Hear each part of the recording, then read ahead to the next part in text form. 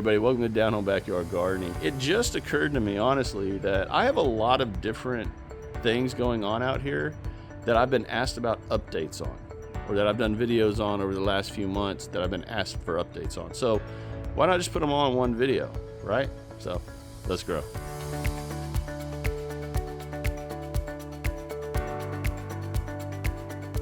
So we're going to start right over here with the Japanese carrots. Now remember, these things get about 2 foot long. I went ahead and put them in these containers right here. And as you can see, y'all, they're growing. Look, every container has good growth. Now I am going to, except this one, not sure what's going on there, but they're doing good. What I need to do is come in here and thin each tube down to just 1 carrot.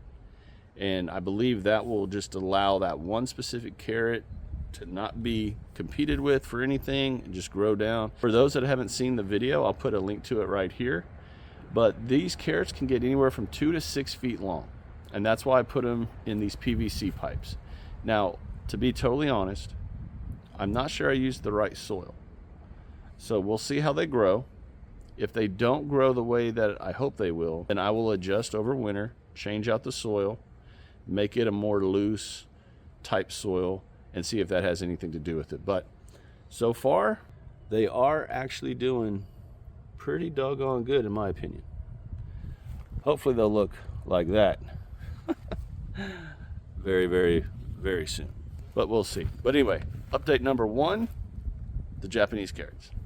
Update number 2, we'll go ahead and do some of these tomatoes right here. Now, about a month ago, 6 weeks ago, I planted these cherry tomatoes. I took them out of the containers that I had them in, and I put them out here in the garden. These things, y'all, are doing pretty doggone good. There's the yellow pear tomato. I need to come in and amend the soil, give some nutrients. I'm not really liking how the leaves are looking, but they are fruiting, and I just knocked that fruit off. Doggone it. I'll put this in the windowsill. Pretty sure it'll still ripen. But that plant is doing good. You can see it's growing. But this other one is just producing tomatoes like crazy. I mean, you can see them right in there, back there. All back in there. I mean, just tomatoes everywhere on that plant. And I still don't have a clue what type of cherry tomato plant that is. I know I got the seeds from Baker Creek, but I don't know the variety of that plant still. I think it's like an atomic grape or something. I'm really not sure, to be totally honest. But both of those are indeterminate plants, but because they're cherry plants, I'm not taking any of the suckers off, and we are just gonna leave them alone, let them grow crazy. And as you can see on this plant, these side growths are just coming out everywhere and producing so much fruit. Those 2 plants are doing really well. And let me show you an update on this hanging upside down tomato plant. Right off the bat, look in there. Look at all those roots, y'all. That is wild. The plant decided to grow down and then back up. And it's put on, you know, decent fruit, nothing crazy. But yeah, that plant is doing good. I thought it would have done a lot better than what it's doing, but I'm not going to complain. I think it's kind of cool. It's still living and producing, so hey, cool. Okay, total squirrel moment here. I've not been out here and seen so many squash flowers that are open today. I mean, it's pretty wild. Look right there, y'all. Cucumber beetle. Those little punks. When you see them, they gotta go. Always be looking for pests. I might put that on a shirt. I'm serious. Always be looking for pests. Just, oh my goodness. I get so irritated. Over here to some other squashes.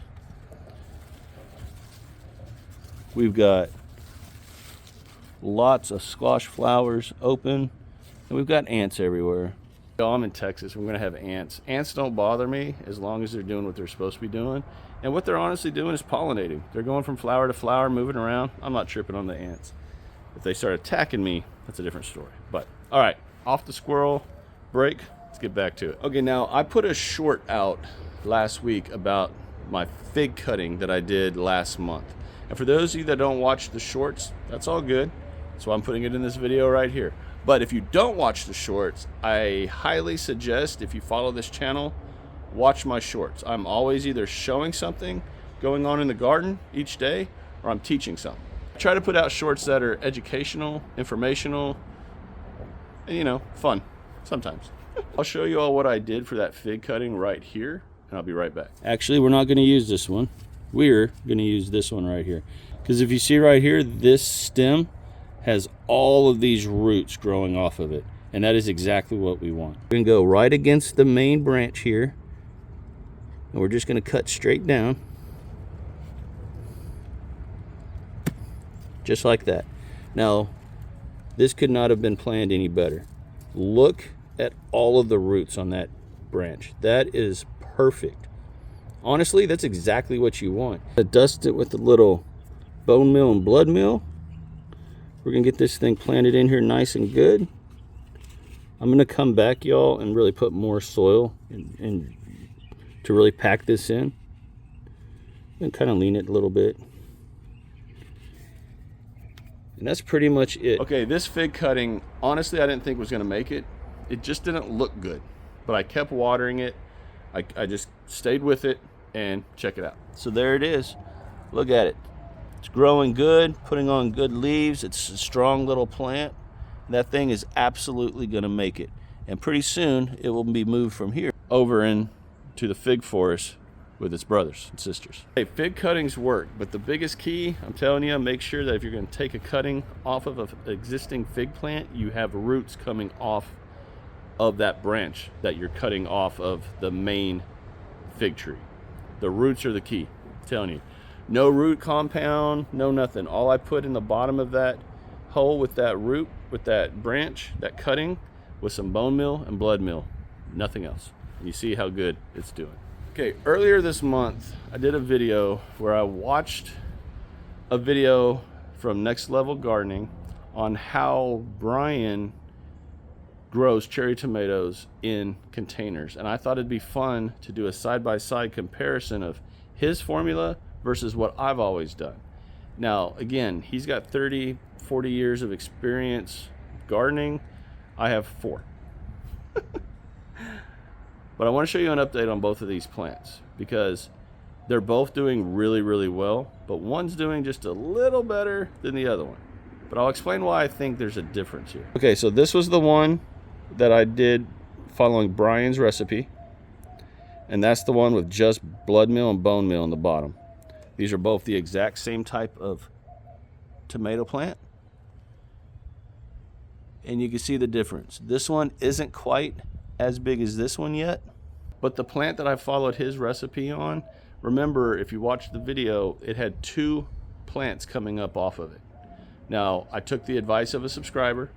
I cut one of the plants off. That way each of these 2 experiments only have 1 plant. So they're as close to being as perfectly neutral as they can be. Both are exactly the same. Same soil, same everything. The only difference was the recipe put in the bottom when planting. And there is a significant difference, but I think me cutting the other plant off of this one might have stunted this one just a little bit. But in the last few days, this thing has really taken off. And then you can see how good that one's doing also. So they're both doing really well. And again, if you haven't seen that video, I'll put it up right here. But I was not trying to prove him wrong or anything. I was just trying to have some fun and see if I've been doing something wrong for the whole time. And just to experiment. I think it's important as gardeners that when you see something on a channel or you read something, go out and experiment with it. I don't think there's anything wrong with testing different methods and finding out what is best for you based on what you like, right? Am I wrong by that? If you have any comments on that, please drop them down below. I would love to hear them. Okay, y'all, we're almost done here. I don't have a lot of updates to go over, but again, I thought it'd be fun just to put them all in one video. Look at her. What are you doing? Just having fun? And before I get comments about how fat she is, she's a 13-year-old dog. She's been on a diet for like 7 years, and that's just how she is. So, no hating. That dog is loved and well fed, I promise. You can tell she's well fed. But I'm not overfed, just well fed.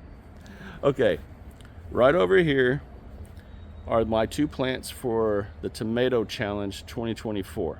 Hashtag Tomato Challenge 2024. Now, if y'all have not seen the announcement videos or any of the updates, Next Level Homestead, Brian and I are challenging each other to grow the largest, not really the largest, the heaviest tomato of the year. I'll put a link to the announcement video up right here, but here is the update. Now, these plants have been in the ground for about a week, and y'all, they're doing good. Okay, check them out. That one is doing really, really well, and that one is doing really well. Look at the size on both of those.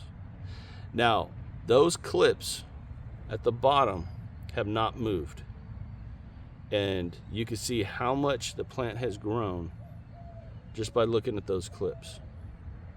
That's why I leave them there. I use them almost as like a measuring stick. Now I'm about to move the clips, or actually take them off. Those plants are doing great, and I am really looking forward to Team Chad beating Team Brian. We'll see. Again, he's got a lot more experience in growing pretty much everything, especially tomatoes, than I do. But I think it's fun to challenge people. And again, if you have not checked out that announcement video, go check it out, because this challenge is open to everybody. And we extended the end date for those in the northern zones to August 15th. So you still have time. If you haven't started, start. Go watch the video. Start posting. Have some fun. Join the challenge. You never know. You might beat us. The last thing I want to show an update on is the Single Seed Challenge 2024 plant. Now, about a month ago, I broke my original Single Seed Challenge plant for this year. Snapped the thing in half, had a momentary lapse of judgment. I'm still not really happy about that. In fact, I'm very mad about that I did that, but it's all good. It's part of gardening. Learn from it. And from the comments I've got, a lot of other people have learned from my mistake, and that's good. That's the whole point of this channel, or gardening channels, to show and to teach and everything. Well, I definitely showed what not to do. I did restart the Single Seed Challenge about 2 weeks ago, 3 weeks ago, somewhere in there. And I didn't do it the way I normally do it, where you do it in a cup, on a heat mat, under a grow light, let it get so big, then transplant to the garden. This time, because of what I did in the time of the year, I just went and put the seed in the ground by itself, and put the seed right in the ground to see what it would do. And y'all, I'm very, very, very happy. Check this out. So we got radishes here. They'll go to flower because I won't mess with them. We've got basils, some sweet alyssum, some thyme. And then if we come right in, check it out. Right here, that is the new Single Seed Challenge. You could already see it's putting on true leaves, not these seed leaves. So it's off to the races with this thing. It's producing. It's about an inch tall, maybe a little taller. I am going to have to transplant this out of here so the sun can still get to it, and probably cut down these basils a little bit. But that right there is the update for the Single Seed Challenge 2024 restart seed. Right there. It's doing really good. I am very, very, very pleased about that, because I didn't think it would do anything, if I'm going to be honest. I'm just so used to putting everything in a cup, heat mat, grow lights, etc., and going from there. But I'm excited for that. It is obviously way behind the curve compared to all these other tomato plants, but that's all right. It's going to do its thing. It's going to grow, and we'll see where it goes. But that's gardening. You know, you mess up, you just start over.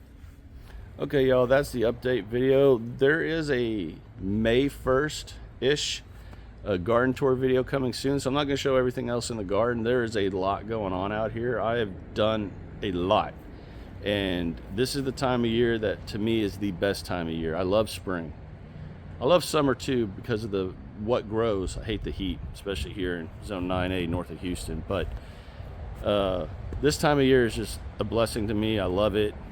Just everything about spring just makes me so happy. So garden tour videos coming very soon. This was, again, just an update video. I'm very excited about it, all this. I wanted to show it all in one video instead of piecing them together and everything. I thought this would be a lot easier and more fun to do this way. If y'all enjoyed this video, do me a favor, share it, like, and subscribe to this channel if you have not done so already. I would love to have all of you join all of us on this continued journey of gardening together. And until next time, everyone, take care, God bless. Continue to shine bright and harvest hard. Get in the garden. Get out there, experiment, have fun, do something different. Read something, put it to use, tweak it, see if it works. I'll talk to y'all again real soon.